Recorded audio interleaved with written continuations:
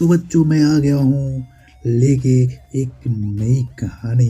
ये कहानी उन दिनों की है जब डाकू हुआ करते थे। तो शुरू करते हैं कहानी। एक डाकू था जो साधु के भेष में रहता था।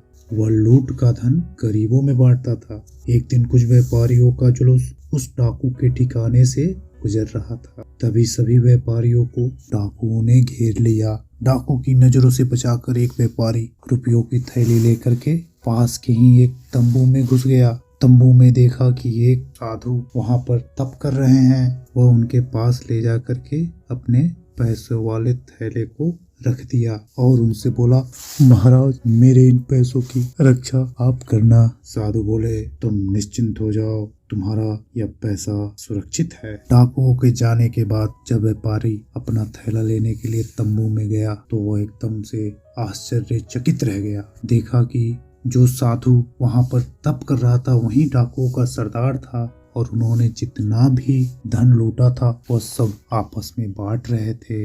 व्यापारी को लगा कि अब मेरा पैसा तो गया। वह वहां से वापस लौटने लगा। तभी उस साधु रूपी डाकू सरदार की नजर व्यापारी पर पड़ गई। उसने कहा, रुको, तुमने जो रुपयों की थैली रखी थी वह जो की त्यों ही है, तुम इसे ले जा सकते हो। अपने रुपयों को सलामत देख व्यापारी खुश हो गया। डाकू का आभार मानकर वह वहां से बाहर निकल गया। व्यापारी के जाने के बाद वहां बैठे अन्य डाकुओं ने सरदार से पूछा कि हाथ में आए धन को आप इस प्रकार क्यों जाने दे रहे हैं। सरदार ने कहा, व्यापारी मुझे भगवान का भक्त जानकर भरोसे के साथ थैली दे गया था। उसी कर्तव्य भाव से मैंने उसे थैली वापस दे दी।